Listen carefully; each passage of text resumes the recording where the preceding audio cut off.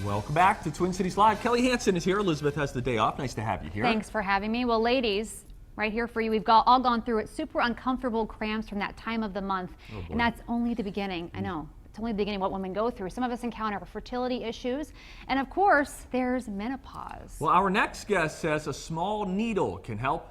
It's called acupuncture. Here to show us how, we welcome our holistic health expert and the owner of Healing Insight, the fabulous Senia Mae is back. Hi, Senia. Hi, thank you for having me again. This is very interesting. You say painful menstrual cramps, acupuncture can help with this. Acupuncture can help a lot with it. What we try to do in Chinese medicine is we want to relieve stagnation that you have in the abdomen before your period. And we can do that with acupuncture points.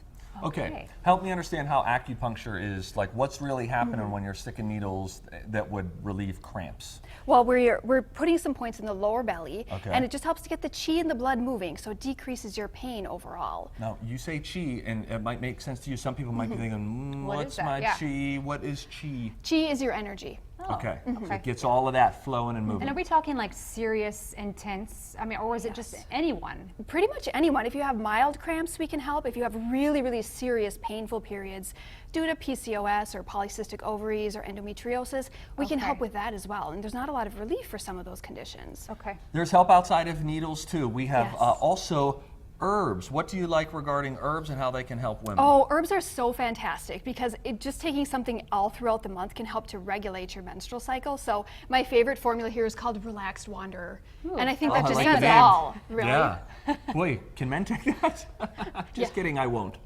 You probably could. I bet I could. I'm sure it would relax me and smooth everything out. But also food. Yes. Eating the right foods can help with that as well. Right, and you really want to decrease like high inflammatory foods and eat really healthy during the week before your period because it can bring down your inflammation level and your pain level. So, you know, things like salmon and good vegetables, whole grains, some good butter. So to be clear, you're talking about doing that the week before. You don't want to do it the week of when the cramps have already set in. And kind of before and during the time that you have interesting. cramps. Okay, all right. Are you taking notes, Kelly? I am. Where's my pen? She's always complaining about her cramps. That's not true. That's not true. Or is it? No, it's not. No. Okay, now we shift into an issue that is very painful for a lot of people. I mean, if you haven't gone through it, you know someone, a close friend or family member who has dealt with infertility issues. Yes. How can acupuncture help with something like that? So dealing with infertility can be devastating because you want a child so bad and you just feel like it takes so long to happen. And in Chinese medicine, we try to regulate your hormones and balance out your menstrual cycle so that you increase your fertility naturally. So is it the same thing, needles going in sort of like your lower abdomen area? Yeah, so we'll do acupuncture in the lower abdomen to kind of increase blood flow to the uterus. But even on Patty here, we've also got some points in her ears that stimulate the uterus and the ovary points on the central nervous system. You know, I know a person that this worked for, and it actually happened for her very quickly. She couldn't get pregnant for many years, tried acupuncture, and it was a success, and I believe she's done it twice now. Wow. It's very interesting. Yeah, very All right. interesting. So that's with acupuncture. Now we go to herbs. You have herbs that you like when it comes to even infertility. Oh, absolutely. So we have formulas that we can use for different phases of the cycle. So for each week of the cycle, we might prescribe a different herbal formula to help balance out whatever your hormonal imbalance is. Okay, and food. You've got a lot of color right here on this plate. Yes. This looks healthy. It all looks healthy. Yes, it's very good. I don't mind if I help myself to a berry, but why do these foods help when it comes to something like infertility? Right, so in Chinese medicine, any food that is deep red or deep purple or these deep greens helps to nourish your blood. So we want to build a healthy amount of blood in your uterus to help to support a pregnancy. So these are some of the foods that we might suggest for some of our patients. Okay, all right. And lastly, a lot of women think about this as we age. Perimenopause and menopause.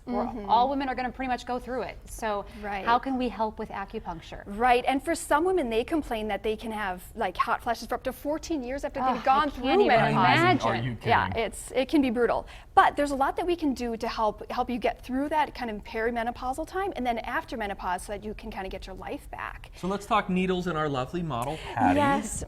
What's working here that would be combating, effects of menopause? So we have a couple points points in her head that are very calming that can help with insomnia. Super, super common when women are going through menopause, you know, having difficulty sleeping, oftentimes from the hot flashes that they get. But then also on her feet, we have some points, and these help to kind of drain the fire out of your body. They kind of cool you down and help to relieve the hot flashes that you're having. Really? Now, Patty, you don't have a microphone, but you can nod or shake your head, whichever. There are people at home who are saying, oh my goodness, this poor woman has needles in her body. Is she dying right now? How do you feel? Do you feel good? If so, shake yes. Yeah, I do feel good, and they don't hurt at all.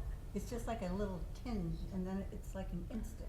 She says it's a little tinge, but nothing hurts. Put it in, you're How right. about that? All right. Amazing. So the needles are, that's one option. Let's talk Yes. herbs here regarding menopause.